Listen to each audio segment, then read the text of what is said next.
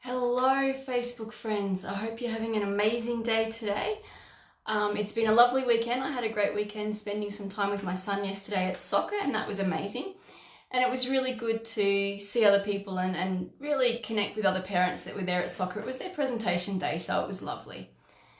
But the big thing that I wanted to talk to you today about was the bushfires here in Queensland, South East Queensland, and some of the northern New South Wales areas are fighting big fires, the biggest that we've seen in a long time. And some of the areas that are under threat are actually the areas that I used to live. So it's quite close to home for me. My parents don't live out there anymore, but it's still the areas that I grew up with, and they're all under fire, and we're losing a lot of heritage. Well, we've lost a heritage-based building in Binnaburra.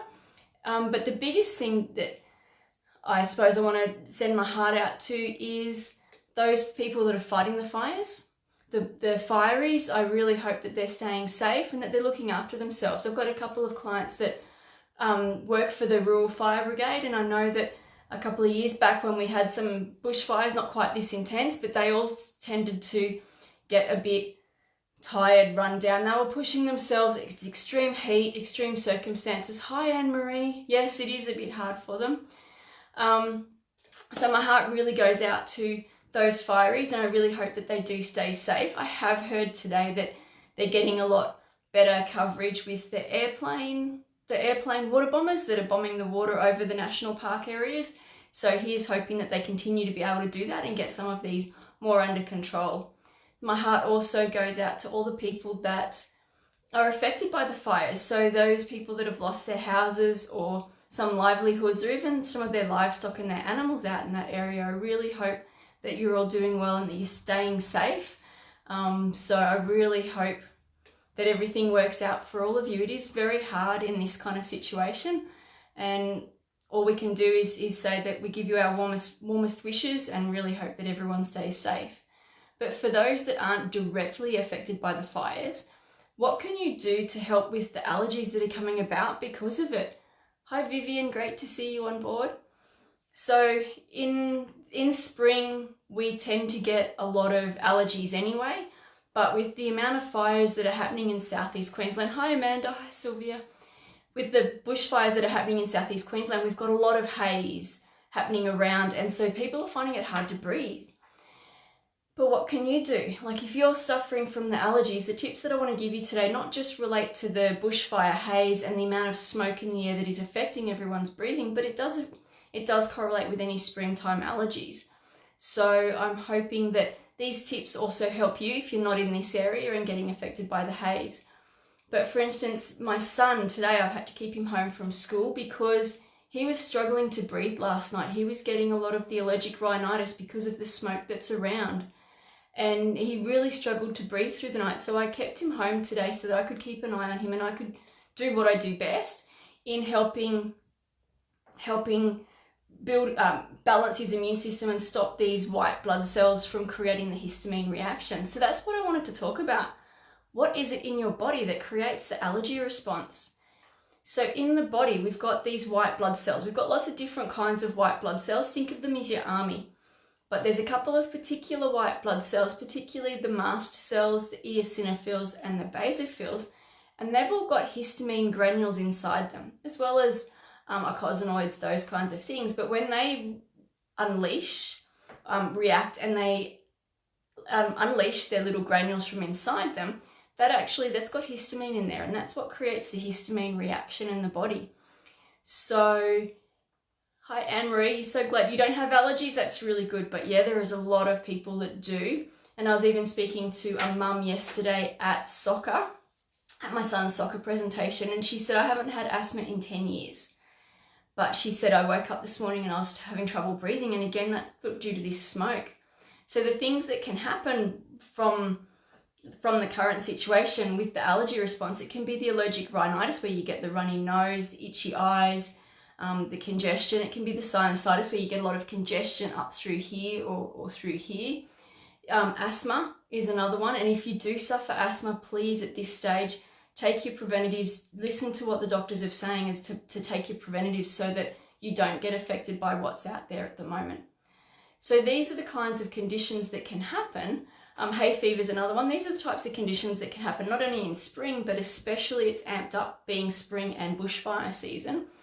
So it's about what you can do. So understanding those little white blood cells, like I was saying, those white blood cells that are involved with this. So the 3 white blood cells, the mast cells, the eosinophils and the basophils, they open up and when they release some of the histamine and the eicosanoids out that trigger the reaction. So when histamine goes into the body, what happens is it triggers the blood cells to dilate. And in doing so, the blood cells allow other white blood cells, nutrients, everything else to come to the area to fight an infection if it's needed. But also what happens is we tend to get a contraction of the small muscles in the lungs. So the contraction of that's what starts to lead to the asthma, where the muscles of the lungs tend to contract down and you have a lot more trouble breathing. You can also get an inflammation of the mucous membrane, so that's where the sinusitis comes from. There is an inflammation of all the mucous membranes that are there. Our heart rate goes up, and we also the histamine also can affect our moods as far as it's a neurotransmitter. So in one aspect, the neurotransmitter, the histamine, is a good thing because it gets us to be aroused and alert and it gives us attention. But on the other side of the coin, with someone who's reactive and who has reaction going on, the histamine, the effects that it has on the tissue of increasing blood flow, increasing the blood flow, the blood vessel dilation, the smooth muscles, all of that kind of thing actually makes a person feel really bad. So, hi Tash, great to see you. Hi Ami. And so what we need to do is we need to help to control these white blood cells and stop them from releasing their toxins. Now, if I show you on my TV screen behind me, if I just flick up to here, I've got my blood, or not my blood, it's the blood of a person up here. And what I'm going to do is I'm just going to stand up here. These are the red blood cells. So these little circles here are the red blood cells. Now these ones here are the white ones. Okay, so you can see that there's different kinds of white blood cells in here. We've got a brighter one here and a duller one here. These ones here are the neutrophils. So the neutrophils are what I call your first line of defense for your army. So they go and protect you against bacteria and viruses and all of those kinds of things. We want them, they're good. But these ones over here and this one over here, the 2 brighter ones, are both basophils. One's a basophil, one's an eosinophil. So when those ones there have the granules, so these little white granules that you can see, might be a little bit hard to see. Let me just, excuse me a moment, I'm just going to flick something across.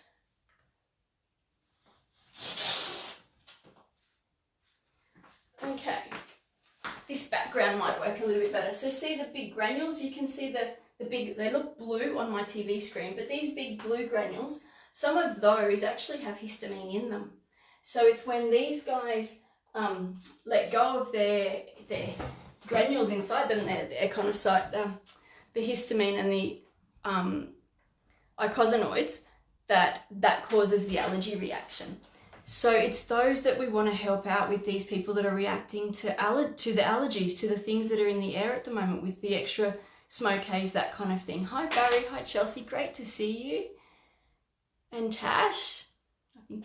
And so what we want to do, so when we get the histamine release, we get the runny nose, we get the wheezing, we get all the swelling, so the sinuses get a bit swollen and more congested, those kinds of things. And that's what can give you those allergy results. So what we want to do is control those white blood cells. How do we do that? We can do it through foods and nutrients. So like I said, I've kept my son home today. And the reason I've done that is so that I could give him certain nutrients throughout the day to help to control this reaction going on. And so we know that vitamin C actually stabilizes the mast cells and the eosinophils to stop their histamine release. So vitamin C is a great nutrient to help with that. For instance, so today I've been giving my son a little bit more vitamin C, well, a bit more vitamin C than I usually do, and that's to help stabilize what's going on with him. Foods that are high in vitamin C, tomatoes, citrus, your summer fruits, which will be out, and mangoes have already started to come out. So all capsicums, those kinds of things have all got vitamin C in them, and so you can use those foods to deliver the vitamin C. But in this reaction today for my son, I've opted for a supplement, and I've just given it to him regularly throughout the day to help control those white blood cells from releasing that histamine that's inside them. Hi Cassandra, great to see you on board. The other foods that are really good to help are foods that contain quercetin. So for instance, onions, particularly the red onions, they're very high in quercetin, and quercetin helps as an anti-allergenic, and it stops the histamine release and the histamine reaction. So you putting red onions in your diet. Hi Sharon, great to see you. Putting red onions in your diet will help as well. So will things like the turmeric, things like ginger, they're both anti-inflammatory. Your fish oils, so the EPA component, the good fat called EPA, is really vital to help as an anti-inflammatory action in the body, and that's really good at helping in this kind of situation. Also using cooked tomatoes, because they've got the lycopene, and again they've got some quercetin in there, and they've got the vitamin C, although vitamin C breaks down with heating. But cooked tomatoes, particularly with the lycopene aspect, will also work in this favour. But the foods to avoid in this kind of situation is anything fermented. So you kombuchas, your sauerkrauts, any of those fermented kinds of foods that are all the rage at the moment. Any of the meats that have been aged. So make sure that if you are eating meat, that it's the freshest you can get. If you have leftovers, make sure so I double batch a lot of my cooking, and I use it the next night or a couple nights later, but you need to freeze it within a couple of hours of making it, so the histamine is not created as the food sits there in the fridge. So if you're using leftovers, please make sure you freeze it straight away, or at this time, probably opt away from using leftovers and keep it for another time of the year when this smoke haze isn't around to elicit this allergic reaction. But also your aged foods, like your aged cheeses. And dairy a lot of the time is going to make this a lot worse. So avoiding those particular foods would be fabulous at the moment, just to help reduce this allergy reaction. If you are finding that you're suffering a little bit, like I said, if you're an asthmatic, please use your preventatives at this time of the year with the amount of smoke haze that's around. But you could also look towards the nutrients like the vitamin C, the quercetin, and the fish oils to help to control this reaction from the white blood cells. And that will actually help to get you through the next few weeks of while this smoke haze is around, because they've suggested that we're not getting any rain until Christmas, well, until after Christmas. And these fires that are here in the South East Queensland are burning away, and a lot of it is in an area that the firefighters can't get to just because of the dense shrubbery and dense bushland that it's in. So the projection is that some of these fires are going to be around for a lot longer yet, which, like I said, is a shame, and particularly for the wildlife that's going to lose their life because of it. And I really hope that if anyone finds wildlife, that they call, say, the Currumbin Wildlife Sanctuary or those kinds of places that can help with the rehousing and the treating of those animals, because it is a real shame that such innocent life gets lost in this kind of situation. But getting back to the humans, and what I do is I deal with the humans, and the big picture is that we don't want anyone suffering from allergies from the smoke haze at the moment. So just putting some simple things into your diet, like I said, those foods, the citrus, the cooked tomatoes, the red onion, the fish oils, those kinds of foods are fabulous to help strengthen your body and to stop those white blood cells from releasing the histamine. If you do find that you do suffer from allergies, then please think about using vitamin C, quercetin and fish oils to help stop the degranulation of these mast cells and the eosinophils.